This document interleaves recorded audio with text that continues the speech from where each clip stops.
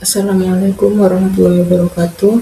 Perkenalkan kami dari kelompok 1 yang beranggota pertama Abelia Gael Patrick, kedua Indah Widya Stuti, ketiga Jelita Anila Safira, keempat Jenny Haryani, kelima Moza Mustika, dan keenam Muhammad Fajar Lukmanul Asna. Kami akan mempresentasikan hasil praktikum mekanika fluida yang sudah kami lakukan. Baik, yang pertama modul 1 yaitu tangki berpengaduk. Adapun tujuan praktikum ini, 1. Mempelajari proses pengadukan dan mengetahui peralatan pengadukan. Yang kedua, menentukan korelasi konsumsi daya beberapa jenis pengaduk. Dan yang ketiga, menentukan waktu pencampuran hingga diperoleh kondisi yang serba sama. Adapun alat yang digunakan dalam praktikum ini, pertama, tangki pengaduk, 2. Motor pengaduk, 3. Impeller, 4. baffle, 5. timbangan, 6. termometer, 7 pipet volume, 8 gelas ukur, 9 bola hisap, 10 ember, 11 gayung, dan 12 piknometer. Dan bahan yang digunakan yaitu air, tinta Cina, dan tepung. Adapun prosedur kerjanya, yang pertama itu untuk melihat pola aliran. Untuk prosedurnya, 1. Isi tangki sesuai penugasan, 2. Pasang pengaduk sesuai penugasan, yang ketiga, hubungkan dengan arus listrik, yang keempat, tekan tombol on dan diaduk dengan perlakuan sama pada pengaduk sesuai penugasan. Yang kelima, proses pengadukan diberi perlakuan sama untuk semua jenis pengaduk yang ditugaskan dengan keadaan unbaffle dan baffle. Yang keenam, untuk melihat pola aliran, dimasukkan potongan plastik untuk mempermudah melihat bentuk aliran pencampuran. Kemudian untuk prosedur yang kedua yaitu untuk melihat waktu pencampuran. Adapun prosedurnya, yang pertama, isi tangki sesuai penugasan, kedua, pasangkan pengaduk pada tangki, yang ketiga, masukkan tepung dan tinta Cina sesuai penugasan, kemudian hidupkan motor pengaduk dan sesuaikan kecepatan sesuai penugasan. Yang keempat, diberikan perlakuan yang sama dengan menggunakan unbaffle dan baffle sesuai penugasan. Adapun data yang diambil pada saat praktikum yaitu 1. Pola aliran. Pengamatan visual menggunakan bantuan potongan plastik untuk melihat bentuk aliran yang terbentuk dalam tangki. Yang kedua, waktu pencampuran atau mixing time, yaitu lamanya waktu yang dibutuhkan dari saat pengaduk berputar dan bahan yaitu tepung atau tinta Cina dimasukkan hingga diperoleh kondisi yang serba sama atau homogen. Yang ketiga, kondisi tangki, yaitu data pada percobaan yang dilakukan dalam keadaan menggunakan sekat atau baffle atau tanpa sekat yaitu unbaffle. Yang keempat, jenis dan spesifikasi pengaduk, yaitu tipe pengaduk yang digunakan, misalnya turbin, propeller, atau pedal, serta diameter pengaduk atau DA. Yang kelima, karakteristik cairan, yaitu volume cairan yang diisi ke tangki, serta densitas dan viskositas cairan tersebut. Yang keenam, laju putar pengadukan, yaitu kecepatan perputaran pengaduk yang digunakan selama proses. Pola aliran dengan baffle, yaitu impeller turbin terbuka, pola alirannya adalah pola tangensial. Aliran yang bergerak, berputar, dan membentuk pusaran di dalam tangki. Yang kedua yaitu impeller pedal daun 2. Pola alirannya adalah pola aksial, yaitu aliran yang mengikuti arah poros batang pengaduk dari atas ke bawah. Pola aliran tanpa baffle, yang pertama yaitu impeller turbin daun terbuka. Pola alirannya adalah pola tangensial yang menyebabkan terbentuknya vortex searah jarum jam. Yang kedua yaitu impeller pedal daun 2. Pola alirannya adalah pola tangensial di mana aliran fluida berputar mengikuti arah putaran impeller. Data non-baffle, yang pertama larutan tepung 2% yaitu 100 gram. Waktu yang dibutuhkan 24,55 detik dengan suhu 30 derajat Celcius. Pikno berisi seberat 25,6 gram. Larutan tepung 4% sebanyak 200 gram. Waktu yang dibutuhkan yaitu 25 detik. Suhunya yaitu 30 derajat Celcius. Pikno berisi seberat 25,6 gram. Larutan tepung 6% sebanyak 300 gram. Waktu yang dibutuhkan 30,5 detik, suhunya 31 derajat Celcius. Pikno berisinya seberat 25,77 gram. Data baffle, yang pertama larutan tepung 2% sebanyak 100 gram. Waktu yang dibutuhkan yaitu 20,70 detik dengan suhu 30 derajat Celcius. Pikno berisinya seberat 25,61 gram. Yang kedua larutan tepung 4% sebanyak 200 gram. Waktu yang dibutuhkan yaitu 21,47 detik dengan suhu 31 derajat Celcius. Dengan berisi seberat 25,69 gram. Larutan tepung 6%-nya sebanyak 300 gram. Waktu yang dibutuhkan yaitu 20,22 detik dengan suhu 31 derajat Celcius. Dengan berisi seberat 25,77 gram. Selanjutnya yaitu parameter alat. Diameter impeller daun 2 yaitu 7,3 cm. Diameter impeller daun terbuka yaitu 7,2 cm. Tinggi tangki 25,1 cm. Diameter tangki 20,7 cm. Tinggi baffle yaitu 22 cm. Dan diameter baffle-nya 17,5 cm. Pembahasan dari praktikum kami yaitu, praktikum tangki berpengadu ini bertujuan untuk mengamati pola aliran dan efektivitas pencampuran fluida dengan variasi konsentrasi larutan tepung, jenis impeller, serta penggunaan baffle dan non-baffle. Berdasarkan hasil pengamatan, penggunaan baffle memberikan pengaruh yang sangat signifikan terhadap pola aliran fluida.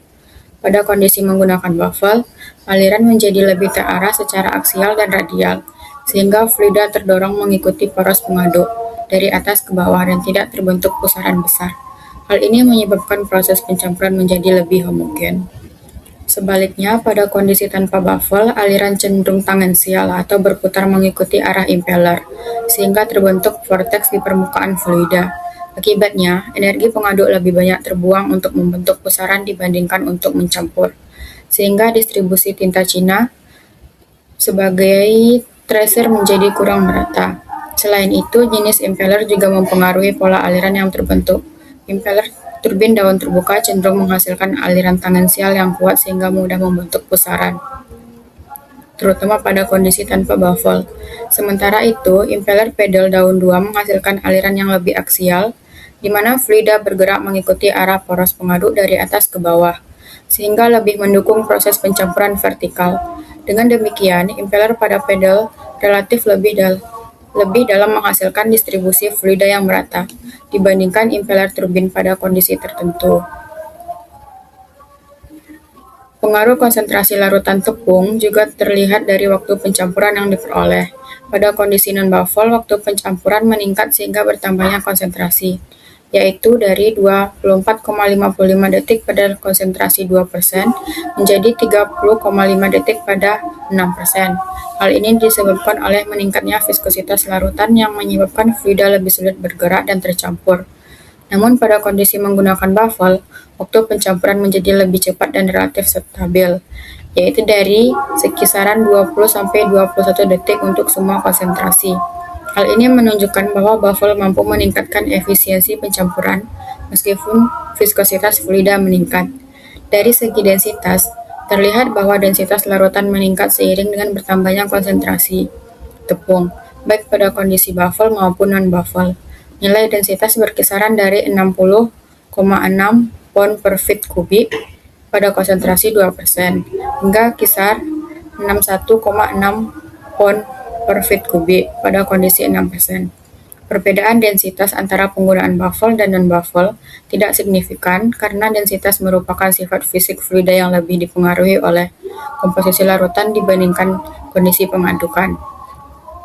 Secara keseluruhan, hasil praktikum menunjukkan bahwa penggunaan baffle sangat penting dalam meningkatkan efisiensi pencampuran, mengurangi pembentukan vortex, serta menghasilkan distribusi fluida yang lebih merata di dalam tangki berpengaduk. Selanjutnya yaitu kesimpulan dari praktikum kami, proses pengadukan dalam tangki berpengaduk dapat meningkatkan homogenitas campuran, sehingga zat dapat tercampur secara merata dalam waktu tertentu. Yang kedua, konsumsi daya pengaduk berhubungan dengan kecepatan putaran dan jenis fluida. Semakin tinggi kecepatan putar, maka daya yang dibutuhkan juga akan meningkat. Yang ketiga yaitu waktu pencampuran dipengaruhi oleh kecepatan pengadukan, sifat fluida, serta kondisi operasi, di mana kondisi optimal akan menghasilkan campuran yang serba sama dalam waktu yang lebih singkat. Cukup sekian dari modul 1. Selanjutnya, modul 2 aliran fluida. Tujuan praktikum yang pertama, mahasiswa dapat menghitung kehilangan energi. Yang kedua, mahasiswa dapat menghitung daya pompa. Yang ketiga, mahasiswa dapat menganalisis pengaruh variabel terhadap kehilangan energi dan daya pompa. Selanjutnya, alat yang digunakan. Tangki, alat ukur ventrimeter, termometer, pignometer, pipa, pompa, alat ukur orifisimeter, dan gelas ukur. Bahan yang digunakan yaitu air sebagai fluidanya. Selanjutnya, prosedur kerja. Yang pertama, isi tangki dengan air sampai penuh, lalu tutup keran. Yang kedua, dihidupkan pompa untuk mengalirkan fluida ke pipa. Yang ketiga, untuk aliran pipa 1 in yang dilalui fluida, valve dibuka. Selain dari valve tersebut, kondisinya harus ditutup. Keempat, ukur beda tekanan pada manometer. Yang kelima, ukur volume air yang ditampung dalam 10 detik. Hitung debit air pada pipa 1 in.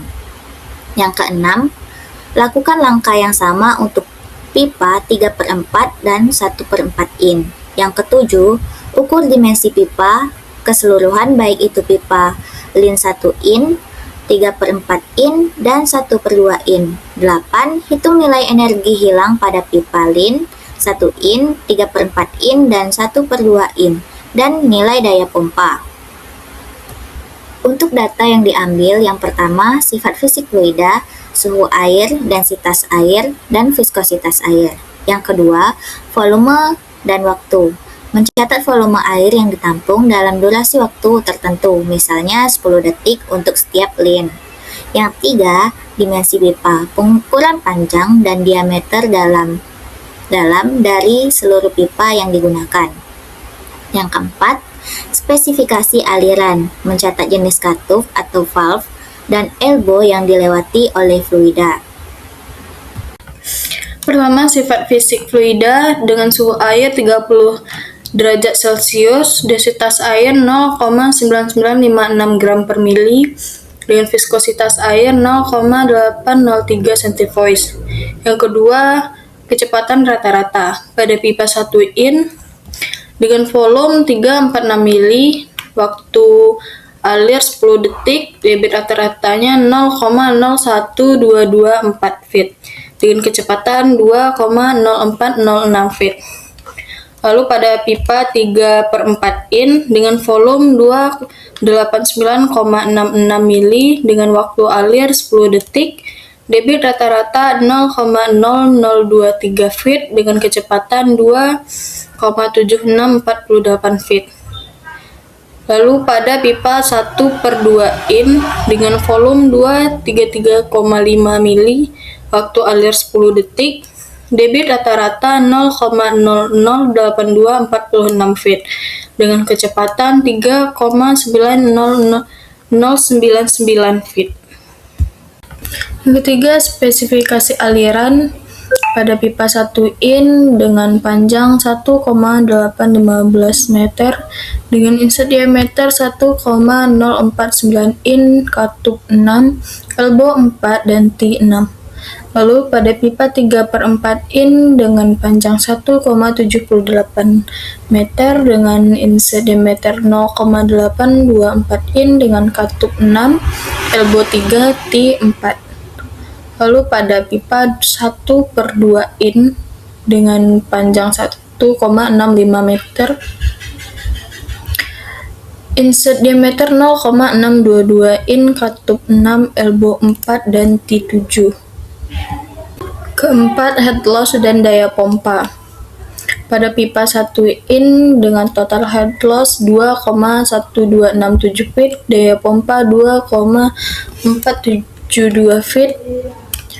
Lalu pada pipa 3/4 in dengan total head loss 2,1267 feet dengan daya pompa 2,814 feet. Dan pada pipa 1/2 in dengan total head loss 4,4670 feet dengan daya pompa 3,420 feet. Nah, dan ini adalah gambaran kurvanya. Diameter pipa terbukti sangat mempengaruhi karakteristik aliran fluida. Pipa berdiameter lebih besar menghasilkan debit lebih tinggi karena luas penampangnya lebih besar. Sebaliknya, pipa yang lebih kecil menghasilkan kecepatan aliran lebih tinggi sesuai prinsip kontinuitas. Nilai bilangan Reynolds pada semua variasi menunjukkan aliran turbulen, dengan nilai yang cenderung meningkat pada diameter yang lebih kecil. Selain itu, head loss terbesar terjadi pada pipa kecil akibat gesekan yang lebih besar. Sedangkan pipa besar memiliki kehilangan energi lebih rendah. Secara umum, diameter besar lebih efisien dalam mengurangi kehilangan energi, sedangkan diameter kecil meningkatkan kecepatan tetapi menambah kerugian energi. Fenomena ini berkaitan erat dengan persamaan Dershowitz-Betsch. Pada pipa berdiameter kecil, rasio antara luas permukaan dinding pipa terhadap volume fluida yang melaluinya menjadi lebih besar, yang mengakibatkan hambatan geser atau shear stress meningkat. Hal ini menjelaskan mengapa head loss atau kerugian tekanan meningkat secara signifikan pada diameter yang lebih kecil. Selain itu, meskipun kecepatan aliran pada pipa kecil sangat tinggi, energi tersebut banyak terbuang untuk mengatasi friksi, sehingga efisiensi mekanismenya menurun.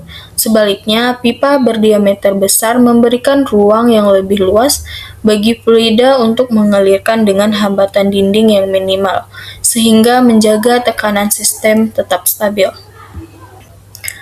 Selanjutnya, kesimpulan. Yang pertama, pengaruh terhadap debit dan kecepatan. Diameter pipa berbanding lurus dengan debit aliran, namun berbanding terbalik dengan kecepatan aliran. Semakin kecil diameter, semakin tinggi kecepatan fluida sesuai dengan hukum kontinuitas. Yang kedua, karakteristik turbulensi. Semua variasi diameter menghasilkan aliran dalam rezim turbulen. Bilangan Reynolds cenderung lebih tinggi pada diameter kecil, karena kenaikan kecepatan aliran yang lebih dominan dibandingkan pengaruh pengecilan diameter.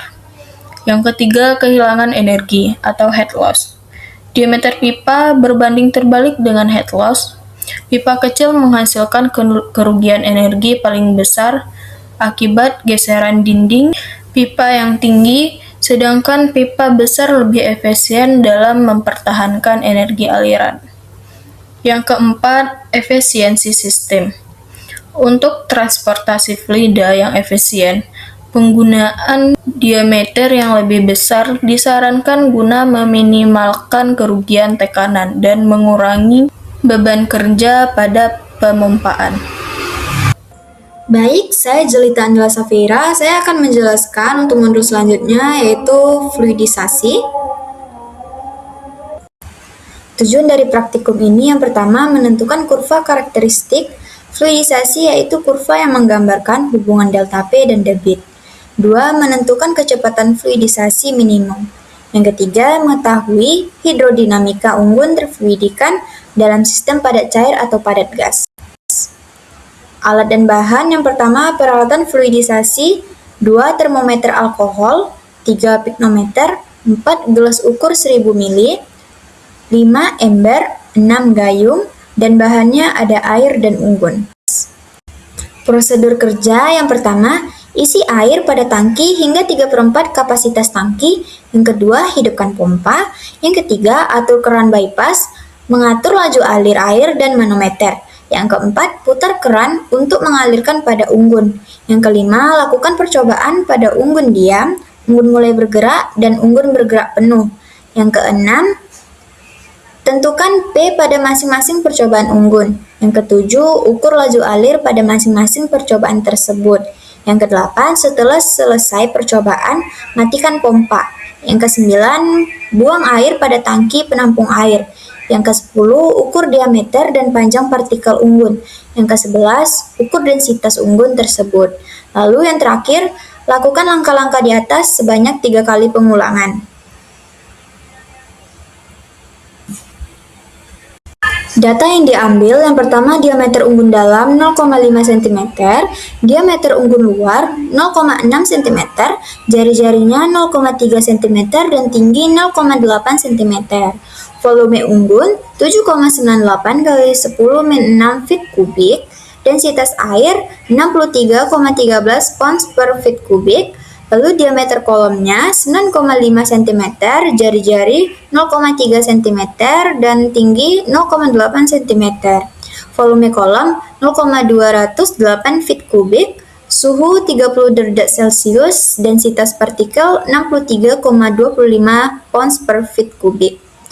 Lalu laju alir unggun diam, debit 1 25 mili per second, debit 2 25,81 mili per second, debit 3 25,68 mili per second. Lalu debit rata-rata pada laju alir unggun diam yaitu 25,50 mili per second atau sama dengan 0,404 feet kubik per second. Lalu ada laju alir unggun setengah bergerak. Debit 1 47,80 mili per second, debit 2 52,74 mili per second, debit 3 65,96 mili per second. Lalu debit rata-rata laju alir unggun setengah bergerak yaitu 55,5 mili per second atau sama dengan 0,880 feet kubik per second. Lalu, pada laju alir unggun bergerak semua, debit 1 88,49 mili per second, debit 2 90,57 mili per second, debit 3 661,72 mili per second. Lalu, debit rata-rata pada laju alir unggun bergerak semua yaitu 80,26 mili per second atau sama dengan 1,272 feet kubik per second.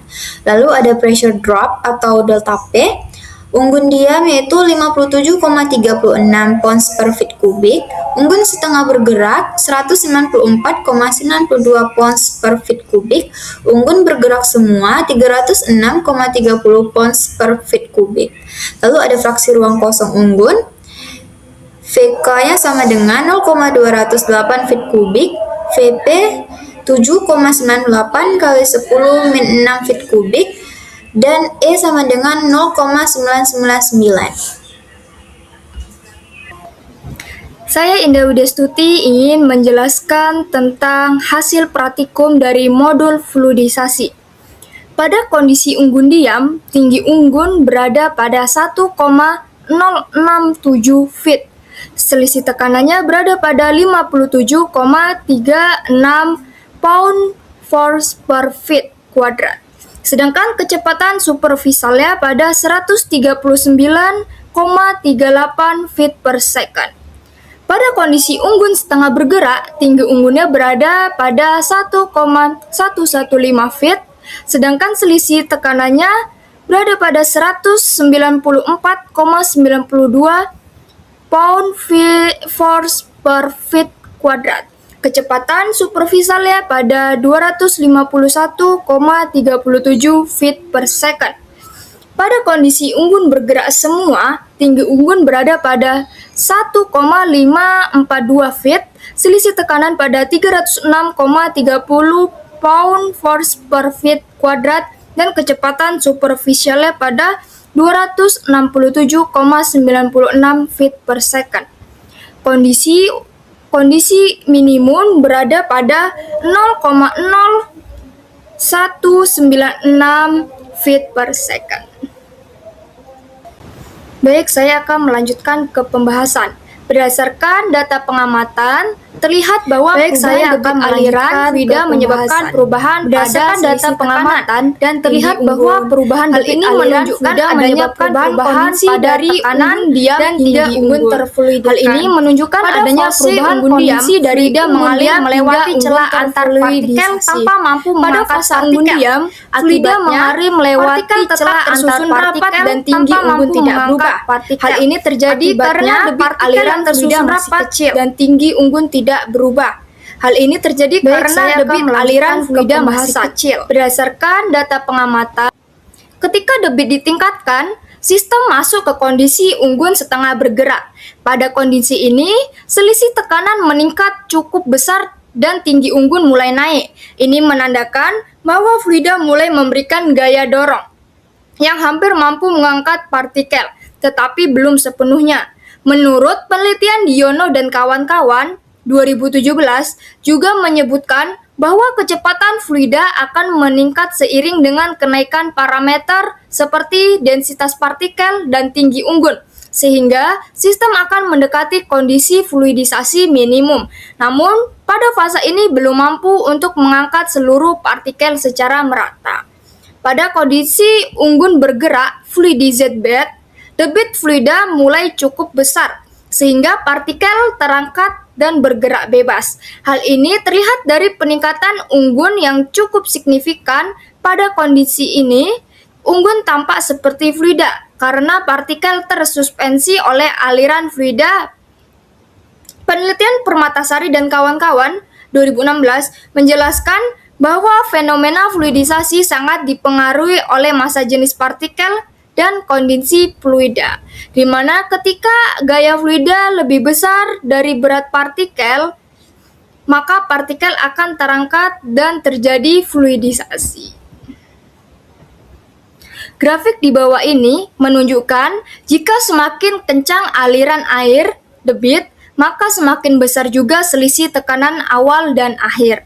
Jadi, kenaikan debit air berakibat langsung pada naiknya nilai selisih tekanan. Berikut adalah grafik hubungan antara selisih tekanan dan tinggi unggun dengan kecepatan superficial. Perubahan yang meningkat terjadi pada nilai tinggi unggun dan selisih tekanan seiring meningkatnya kecepatan superficial. Hasil yang didapat pada grafik tersebut adalah semakin besar kecepatan superficial fluida, maka semakin besar pula tekanannya.